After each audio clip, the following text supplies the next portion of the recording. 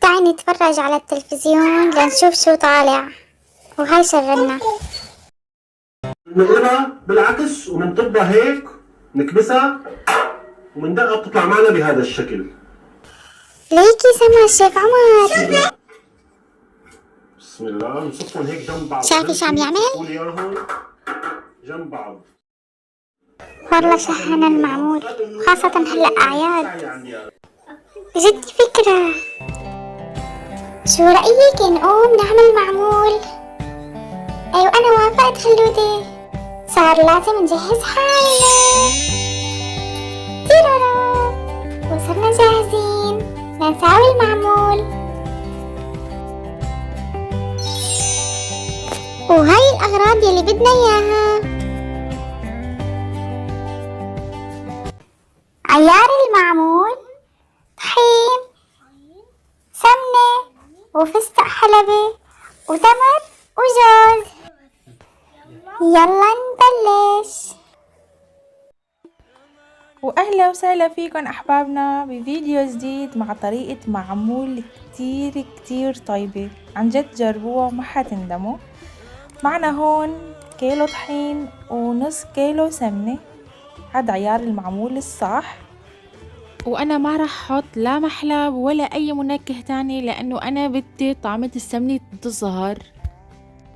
وبعد ما حركنا وصلنا لهاي النتيجة. وهلأ حنحط العجين بالبراد حتى ترتاح شوي. ونحن بهذا الوقت حنحضر الحشوات. عنا حشوة الجوز وحشوة التمر وحشوة الفستق الحلبي.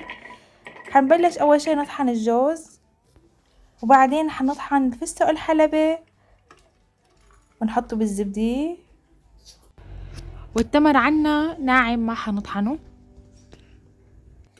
رح نحط للجوز معلقة سكر بودرة ومعلقة نسكافيه صغيرة تعطي طعم كتير كتير طيبة للحشوة، ومعلقة سمنة مثل ما شايفين.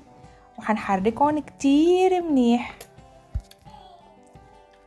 وهلأ رح نجهز الحشوة تبعية الفستق. حنحط كمان معلقة سكر بودرة ونحركها، ونحط ماء زهر تعطي طعم كتير طيبة، ونحط معلقتين قطر. جربوها كتير كتير بتعطي طعمة طيبة للحشوة. ومعلقة سمنة. طبعا السمنة على ذوقكم، بس يفضل ان تكون سمنة حيواني بتعطي طعم كتير طيبة للمعمول. وهاي الحشوات عنا صارت جاهزة.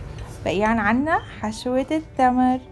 حنحط معلقة سمنة وحنحط قرفة، وبعدين بنحركهم كتير منيح. وهاي الحشوات عنا صارت جاهزة. بنطلع العجينة المعمول من البراد.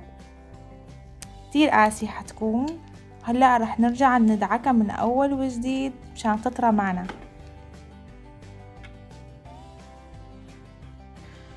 وحطينا العجينة المعمول بالجاط. وهلأ رح ارجع ادعكها كتير منيح حتى ترجع معي طرية واقدر اشتغل فيها.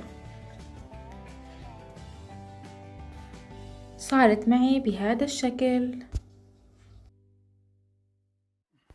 وهلا رح نجهز المواد السائلة يلي رح نحطها على المعمول. حطينا معلقتين سكر وكاسة نص كاسة مي، بسموها تبليعة المعمول، ما بعرف عندكم شو بسموها. بدنا نحط كمان معلقتين قطر بارد، والمي لازم تكون باردة كمان. هاي نقطة كتير مهمة لنجاح المعمول. بنحركهم منيح حتى يدوب السكر. بإمكاننا كمان نحط بدال المي حليب، نص كاسة حليب كمان بتطلع طعمة طيبة كتير، وبالمي بتطلع طيبة. نحط المي فوق عجينة المعمول، وبدنا نرجع نحركها كتير منيح بس بشكل دائري، مو بدنا نعجن عجن. وهذا شكل العجينة بعد ما دعكتها.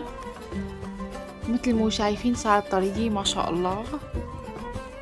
رح برجيكم قطعة صغيرة بهذا الشكل بدها تكون معكم. وهلا راح نرجعها على البراد لبين ما نعمل الحشوات ونجهزها، نعمل دوائر حتى يسهل علينا كتير الشغل. وهاي خلودة وسما عم يساعدوني بالمعمول. حلو هيك كلياتنا نتساعد سوا ونحس بأجواء الفرح والعيد، كله بده يشتغل. وعن جد يعني كانوا كتير مبسوطين وهن عم يساعدوني. ليكي ماما منيح هيك حجمها؟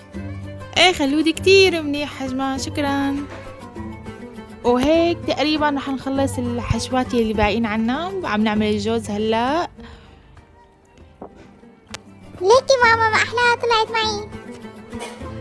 ايه خلودي كتير حلوين طلعوا ما شاء الله. وهلا رجعنا جبنا عجينة المعمول من البراد بعد ما خلصنا الحشوات، وعم نفردهم بهذا الشكل. هاي سما عم تفرد وخالد عم بيساعدها.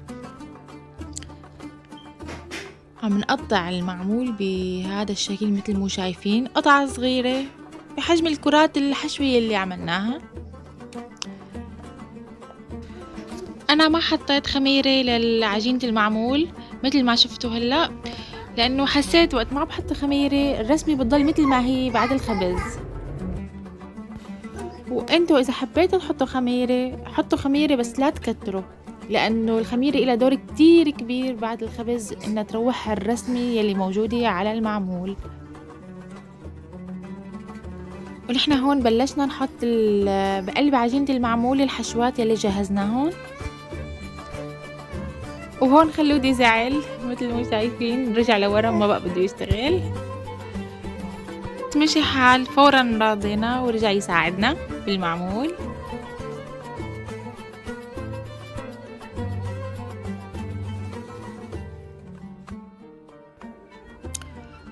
وهيك بنكون خلصنا من طريقة حشي المعمول. وهلأ بدنا نعملهم بقوالب، ورح نبلش بقالب التمر. رح ناخد قطعة معمول محشية بالتمر ونعملها بالقالب لنشوف كيف حيطلع معنا شكله. وهذا الشكل كتير طلع ظريف. رح نخلص كل الكمية وبعدين نرجع لكم.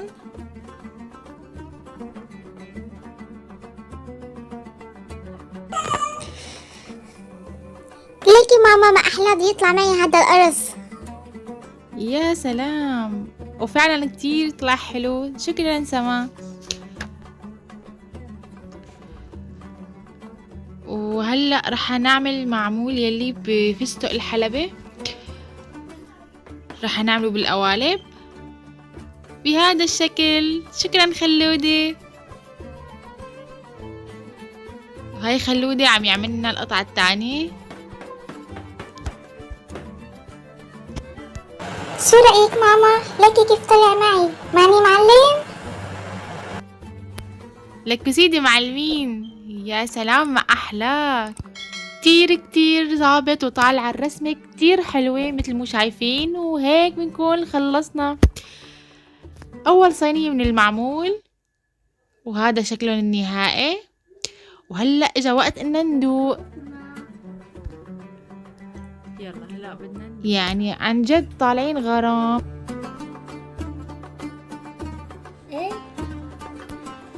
هذا يلي بجوز كتير طالعين طيبين، عن جد جربوا هاي الطريقة وما بتندموا أبدا. وهذا يلي بتمر. وهلأ بدنا ندوق.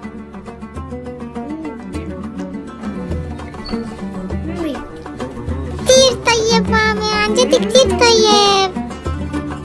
يسلم ايدينا خلودة، انا وياك اللي عملنا. ايه معكم حق، بس انتوا يلي عملتوه وانا كنت قاعدة عم اتفرج عليكم.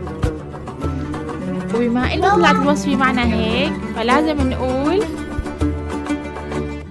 أنا بعت له. وحدة